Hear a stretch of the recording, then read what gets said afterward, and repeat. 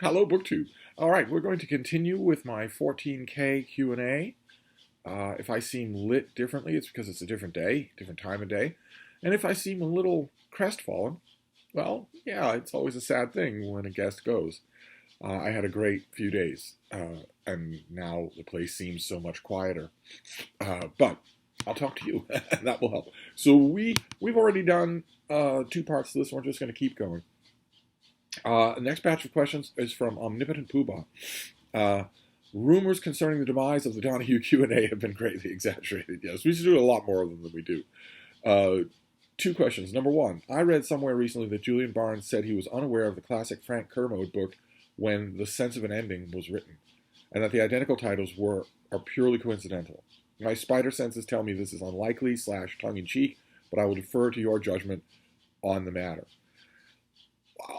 Julian Barnes wouldn't lie about it.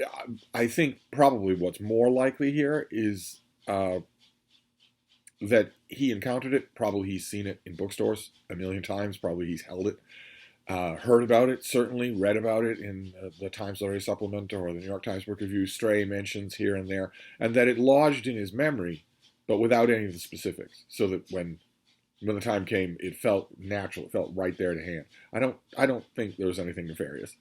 Number two, at the risk of diverting YouTube eyes from the prize and sending their ears off elsewhere, do you listen to any decent book podcasts that you would recommend? I would recommend the Cedarburg Public Library radio's show, Book of the Day, where I and my producer, Jeff, talk about a different book every weekday. We don't go on forever and ever. We don't sound like we've had too much Dramamine. We aren't pretentious. I'm not a big podcast listener, but most of the podcasts that I've listened to are unbearable. They are just unbearable wheel spinning. And when it comes to books, the ones I've listened to about books, they reinforce a lot of the stereotypical ideas about reading that I've been fighting my whole life. The idea that this is some sort of extra, exclusive, refined activity. I would recommend Cedarburg Public Library's Book of the Day. You can listen to it. You can binge it. It's on everywhere that you will go for your podcast. And it also has a YouTube channel. If you want to watch the two of us crack each other up, you could do that. Douglas Reynolds. Steve, congratulations. You daily earn every subscriber you have. Do I really? All I do is sit here. That's all. You will soon see 20K. No. No. And YouTube will be clamoring after you to monetize. I don't think YouTube, when the time comes, I don't think they will clamor. I think they will simply monetize. They will say, you either opt in as a partner or we'll make money off your channel anyway. Do you attempt to collect the complete writings of any author outside of digital? If so, who? I do not. Madman Gone Mad, congrats for reaching 14.1K subscribers. It's not 14.1 anymore. We shot past 14K. Foothill Elements. Hi, Steve. Hope you're feeling better. What's your opinion of Heyday Books, a nonprofit publisher out of California? Have they sent you any review copies? Not to the best of my knowledge, no. They have a series of nature books, The Coast of California, The Forests of California, A State of Change, Forgotten Landscapes of California, all with beautiful watercolor illustrations hand-painted by the authors. Tell us what you think. Well, I wish I could, but I don't think I'm on their radar. They're certainly not on mine. Faisal says, congratulations. Have you ever experienced what H.G. Wells stated that Dr. Philip Raven experienced in The Shape of Things to Come? Yeah. Yeah, I have, oddly enough. That moment where he grabs onto Queequeg's coffin and uses it as a life preserver, I was actually in a situation like that. P.S. Brovember is coming. What's your definition of coming? What is your definition of coming? We're in the first week of March. Brovember is almost a full year away. Let's see here. Alan Black. Woo, congrats, Steve. Can't wait. Is that supposed to be wait? W and then the number 8. Shame on you if it is. Let's hope it's a typo. For the 100K unboxing the silver play button. Can you imagine? Can you imagine if this channel had 100,000 subscribers? That is so absurd. It's not. I can't even imagine it. Question number 1. Recently finished Grendel by John Gardner and was blown away by it. Is his other work worth reading? Yes. Yes, it is. Question number 2. On a recent live stream, you said you liked the works of Aleister Gray. What is or do you have a favorite of his work? Uh, what is or do you have a favorite of his work? So that's a compound question. What is your favorite, and do you have one? Uh, okay, all right. I'm sorry. I'm not going to obsess on the wording there. It would be the Book of Prefaces. That naturally, predictably enough for me, it would be the Book of Prefaces. I like that more than anything else. Question number 3: are we getting a dinosaur starter kit? I hadn't thought of a dinosaur starter kit, especially since so much information is changed every year. I suppose I could. There have been great books. I suppose I could do that. I'll add it to the list. Constantinos 666. Oh crap! I forgot to ask. Did you ever finish the story The Red Bishop? There seems to be only the first half in that magazine website. The name escapes me now. No, I am never going to finish The Red Bishop. Kevin L. Hi, Steve. What are your thoughts on Lawrence Durrell's Alexandria Quartet? Onward to 15K. Well, I like it. That's not going to help you any. I've mentioned many times before, including in earlier installments of this Q&A, that asking me what my thoughts are on a barrage of authors or on a work of literature. I can't answer questions like that, obviously, in a Q&A. That is a 2-hour discussion over wine and calzones. But I also don't know why the question is asked. Surely by now it is clear that I do not have simple, unnuanced, brief reactions to things. Surely that is clear by now. I like it. That's not helping you any, but that's all I can say. The Spaminator is back. Steve, I don't think you've actually ever answered this. What is your favorite film of all time? Oh, sure I have. I've answered. I've quoted from it. The Lion in Winter. The one with Peter O'Toole and Katharine Hepburn. Not the one with Patrick Stewart and Glenn Close. The one with Peter O'Toole and Katharine Hepburn. Johnny, hi Steve. What do you think about Elizabeth Kostova's novel, The Historian? I really like it. And also, which are your favorite historical novels? There's lots of them. There's a lot of them that I really love. The Killer Angels, for instance, or I have a sweet spot for The Winds of War by Herman Wouk, Shogun, Wolf Hall, The Other Bull and Sister. Lots and lots. There are lots and lots that I really like. Mind Doc. Any chance you could make a prehistory starter kit, nonfiction and fiction?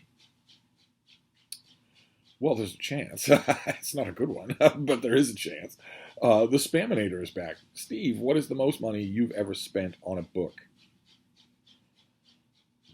Probably in the neighborhood of $50, something like that, if it was a gift for somebody else. For myself, I don't like to go any higher than $5, if I can help it. Cheryl Holsenbake.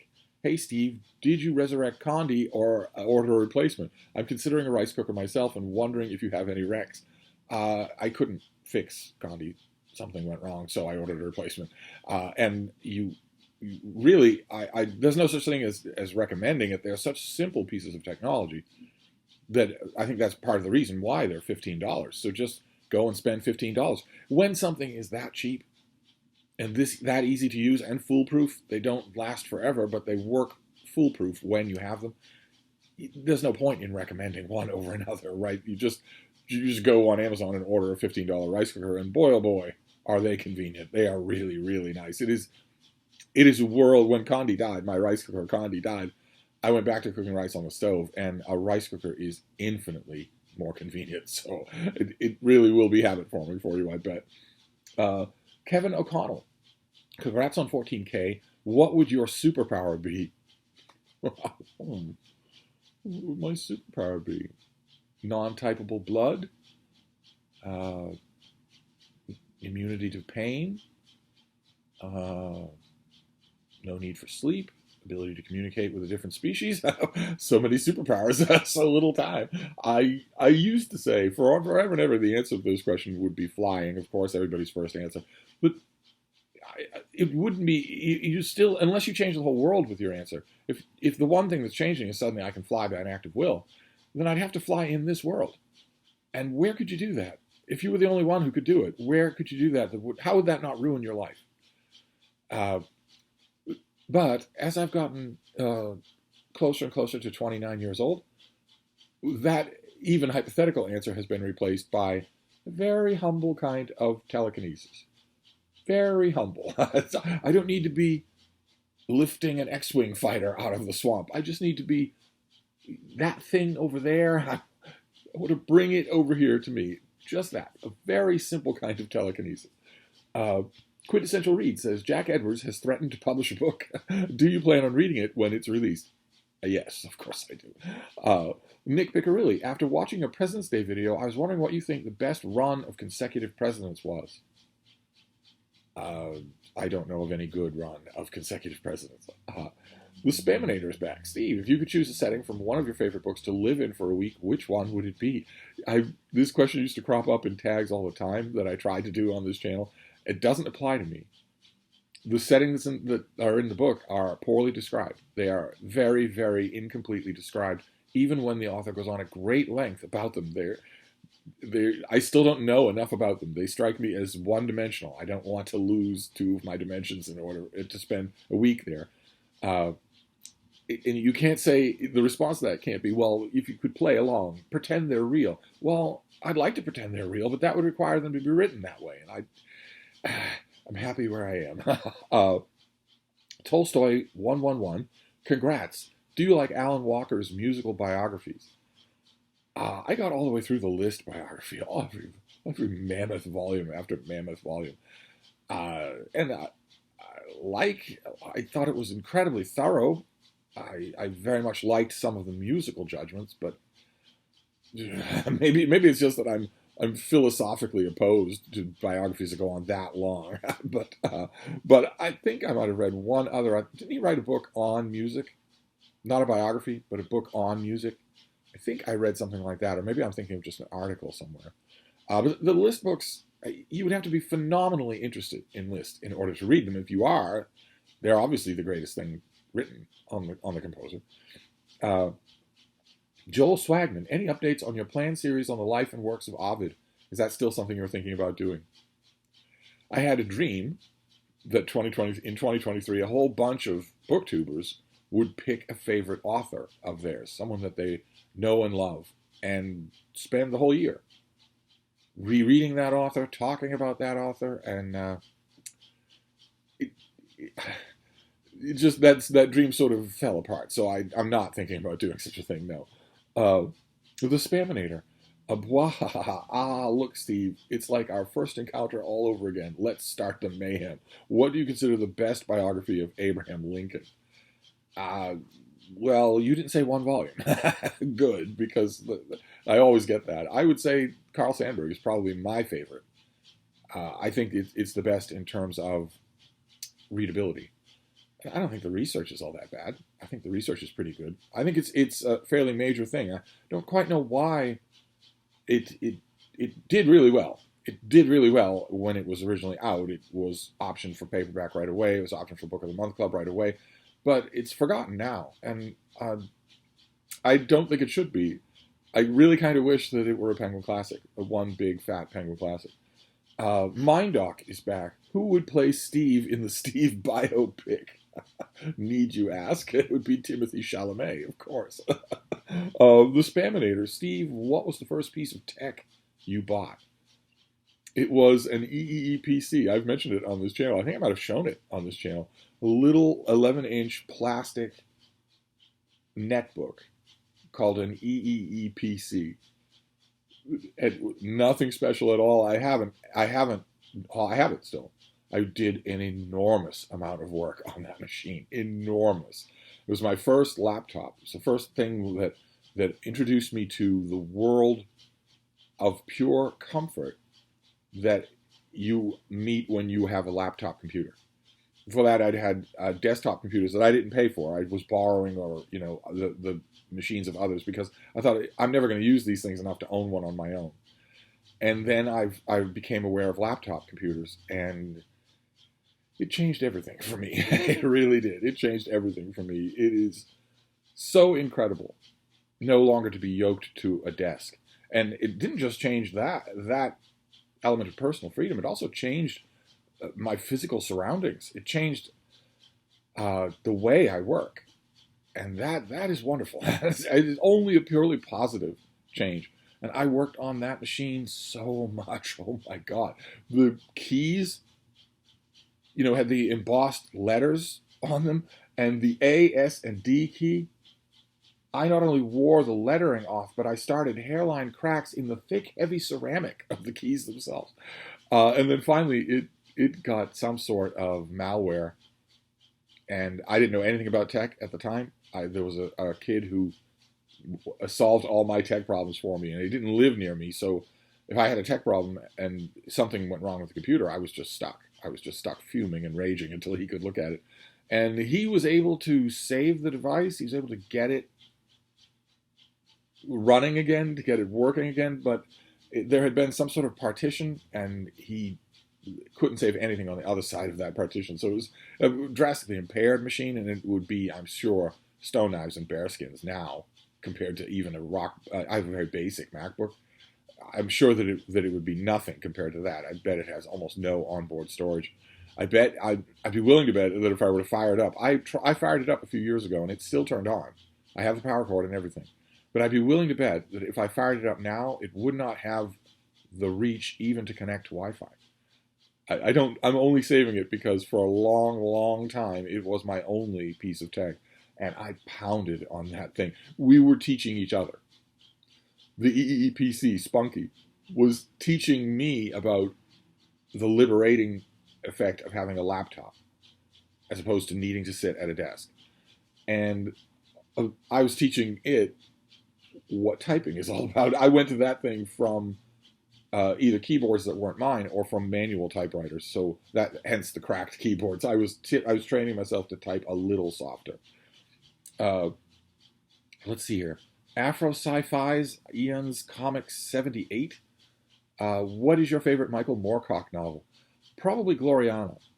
I know that's heresy because there's Elric, but probably Gloriana. Emma do be reading. Would you do a March of the Mammoths read-along of Tale of Genji with Jack Edwards? We can tell him Taylor Swift read it. No, no.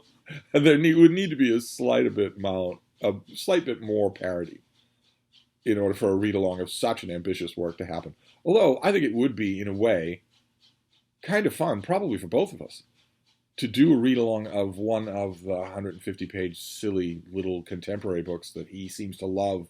He seems to love them. Seems to find a lot of worth in them. I think it'd be fun to do a read-along of that, but this is a very small booktube channel, and his is enormous, so I don't think that's ever going to happen. Randy L. Ray, 15,000, here we come, liked and subscribed. Nicola Goodwin, hi Steve, what is your most anticipated new release of 2023? Oh my.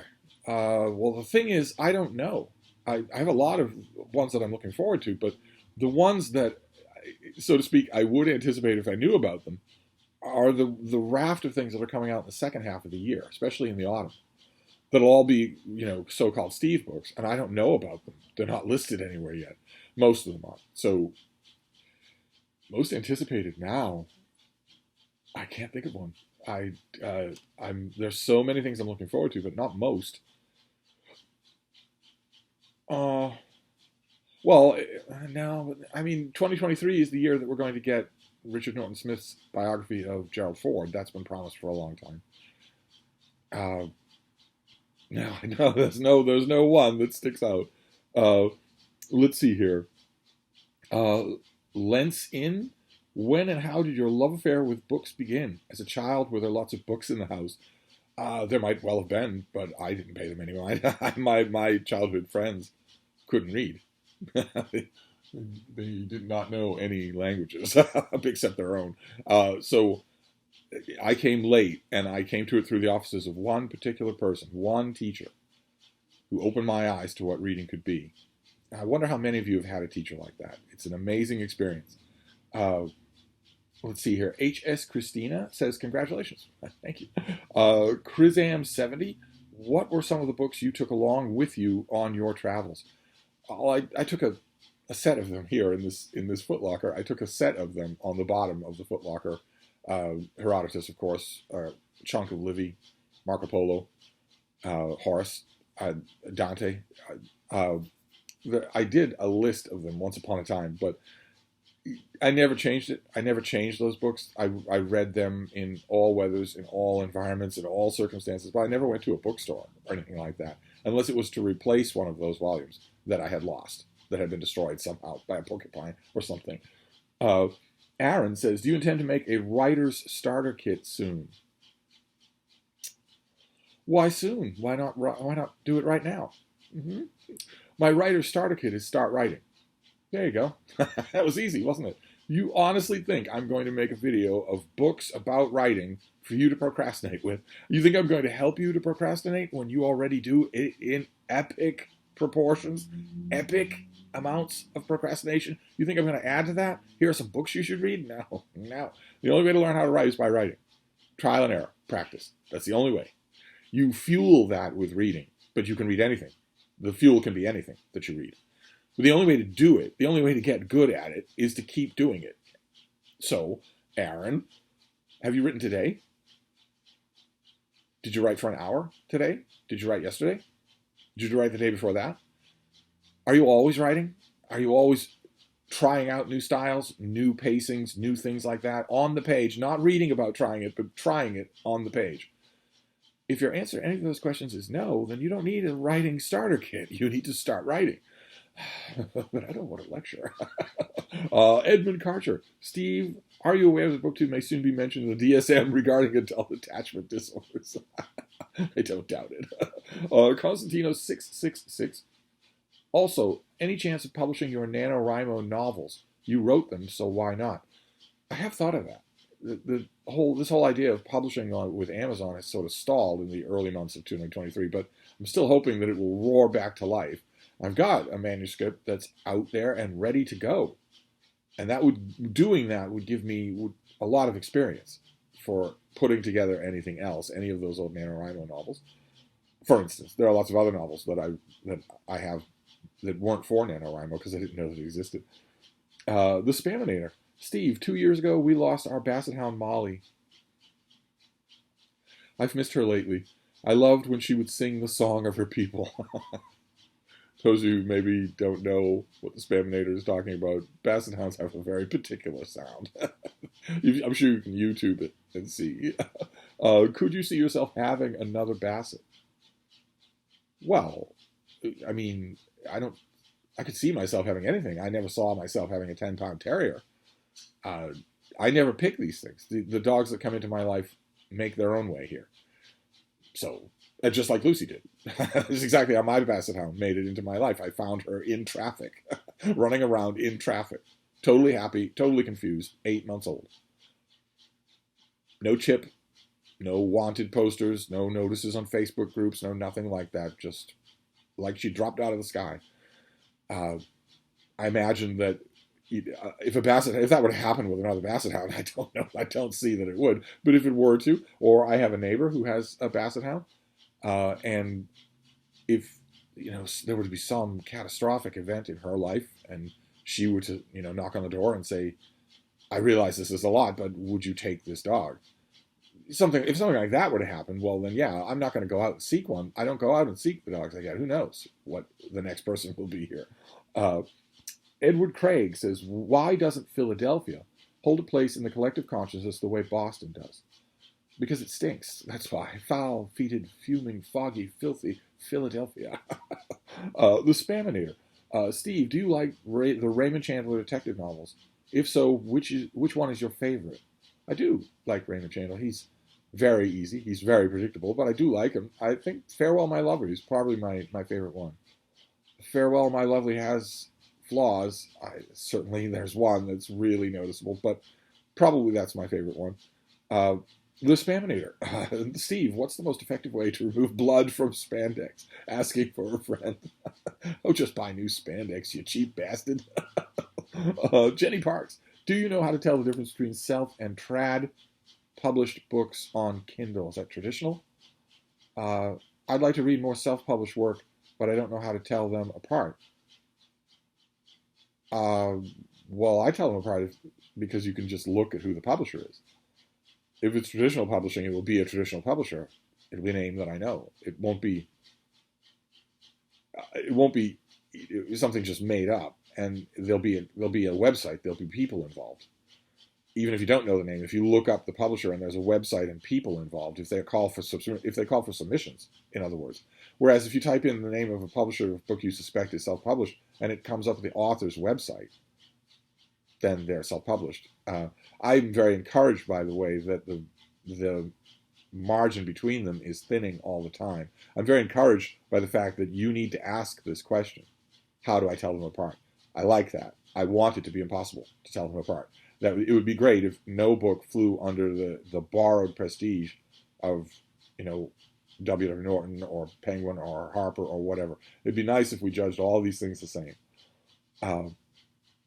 Let's see here. Chai-Anna Nicole says, "Hi, Steve. Number one, what are your thoughts on the recent UAP or spy balloon shoot downs?" I have no thoughts on this at all. I get this question a lot. A surveillance operation was done the minute that the target country knew about the surveillance operation. They made plans to safely shoot it down over their territory. They will recover the pieces and reverse engineer anything that they can. America did it this time. America does the spying in plenty of times. They get shot down plenty of times. It's a non-story. It's just totally routine. Governments do this all the time to each other. Number two, do you believe that Earth has been visited by non-human sentient beings? No. Number three, do you think that American warmongers would or are considering interplanetary war? No, they're not. No. Heather Gregg, what is the origin myth of the orange plush velvet octopus? Oh, well, it's an origin story. It did actually happen. She was a favorite toy of a child that I used to know. I used to volunteer time at a children's intensive care unit, and we had to. The administrators told me that we have a roster of activities and such things, and the minute they left the room, all the stupid activities stopped, and we all just sat and talked, and it was wonderful, absolutely wonderful. And one of those kids, that was her favorite toy. That was her favorite toy, and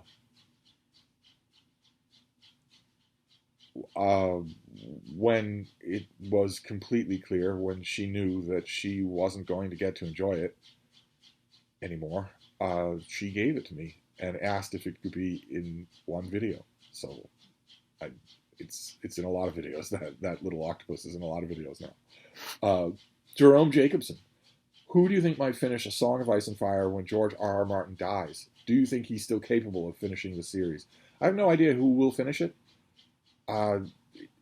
There'd be a long list of people who love the series and who would want to step in. Everybody from Joe Abercrombie to Brenda Sanderson, all the predictable names. So I have no idea. I imagine it will be a question of availability, price, contracts, that sort of thing. But in answer to your second question, no, he is not capable of finishing the series. It's creatively dead inside him. It does not excite him. He does not think about this world at all. So even if, with a huge amount of editorial help from his editorial assistant, the book actually appears, the reaction from fans will be universal disappointment. Even if it appears while he's still alive, the reaction will be, this is what we waited for. Which is a shame. It's a shame. Let's see here. Minio Petrino. Hey, Steve, tell us about a time when you stopped to talk with the dog and face smooched with the owner rather than the other way around. We know the former is in your power, and we suspect you've done more of the latter than you've confessed. After all, this version doesn't involve stooping. The one and only instance when I don't mind stooping is face smooching with my people, my babies, and they are all my babies. That is the one time when I don't mind stooping. That has never happened. That has never happened. Put yourself in my position for a minute. That is inconceivable. The person I want to talk to is not the human walking the dog. I will talk with them when I'm done. When I'm done saying hello and smooching, I will. But I would never. The scenario you're describing is that I would walk up to a person walking a dog, ignore the dog, and start talking with the person, or even worse, with the person. That is inconceivable. That would never happen. Uh, it doesn't involve stooping. It is awful important. D Temple 54 says, Steve, you talk about book covers you like and don't like. What makes a good book cover? Oh, I know it when I see it. And if you read for the experience of the text, does the cover really matter? Well, no, of course it doesn't, right? It doesn't, but it is an element of the book. You're going to be living with this thing. You're going to be looking at it. It's an element of the book, and like any element, it can be done well or it can be done poorly. And some of the distinctions between those two strike me as incredibly self-evident. So when I see a lot last year and the year before that, particularly, we had really bad American book covers, and I would look at some of them and say, "Well, this is not a borderline call. This is self-evidently awful. Why would you do this? Why would anyone greenlight this in a marketing meeting?" That has largely not been true in 2023. Most American books that I've seen have been really, the covers have been really good in 2023. Ty Dede says, Mary Beard's SPQR, is it a recommend? Yes. If not, then what else on ancient Rome? Big thanks and enjoy your day. Well, there are a whole bunch of other ancient Rome books that you could read. I'd also very strongly recommend that you read the ancient Romans. If you're going to allot reading time about ancient Rome, and you're wondering, is it Mary Beard? Is it Tom Holland? Who do I pick? Is it even, God forbid, Edward Gibbon? You could find a copy of Tacitus.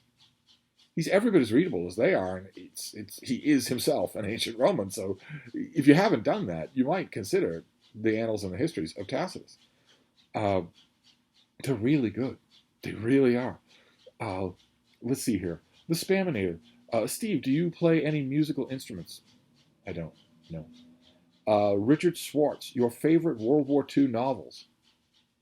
It would be a very long list. Probably number one would be The Cruel Sea by Nicholas Montserrat. There are long scenes, many of them in that book, that are so indelible in my memory. I don't think there's any other World War II novel that really does that. Not to the same extent. So that would probably be number one. The Spaminator. Steve, what is your favorite flavor of ice cream? My favorite is strawberry because I can hide chunks of Spam in it and serve as unsuspecting victims. I tried a similar gag with fudge brownie ice cream once, but we don't talk about that anymore. My favorite flavor of ice cream is Breyer's mint chocolate chip ice cream. Conducted in a very specific way. Eaten in a very specific way. I don't do it anymore. But when I did it, you take a little plastic tray, a bowl, 3 scoops of Breyer's mint chocolate chip ice cream.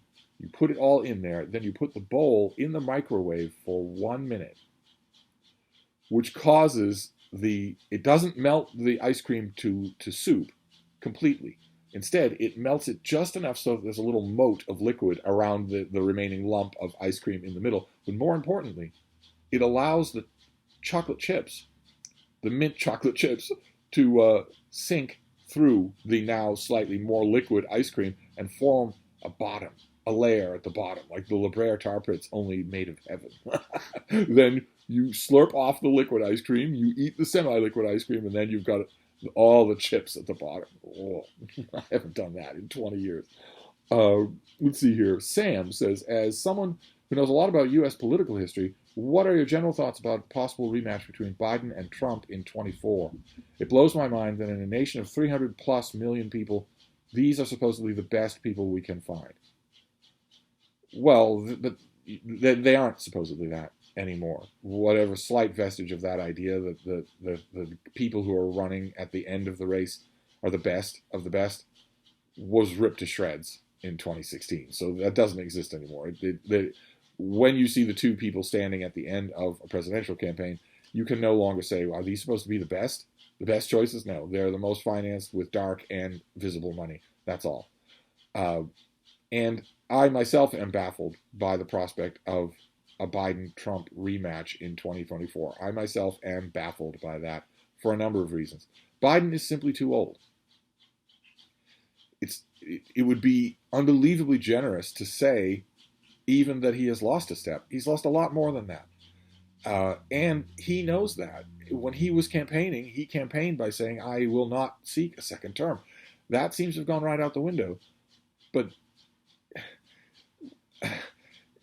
that's one era of absurdity. It is insane that a 90-year-old is if the democratic machine and the money and the donations are behind him, why that machinery can't be swung behind someone who is 50 years younger than he is. I would like to see that. That can't be anything but good for the country. Once upon a time, I thought it would be his transportation secretary, Pete Buttigieg. But Pete Buttigieg had one major thing go wrong in his job so far in the Biden administration, the East Palestine train derailment. And even his biggest supporters have to say he is botching that. He is completely botching that. So I don't know how survivable that would be. Is that his Bridgegate like Chris Christie had? And of course, on the other side of the equation for this inevitable matchup in 2024 is that Donald Trump is guilty on camera of organizing and inciting a deadly insurrection to overthrow the government of the United States. He is on camera. The whole world watched live, aghast, as he told a crowd of people he knew were armed to march to the Capitol and fight like hell. He is manifestly guilty of that. He did it on camera. So what is he running for?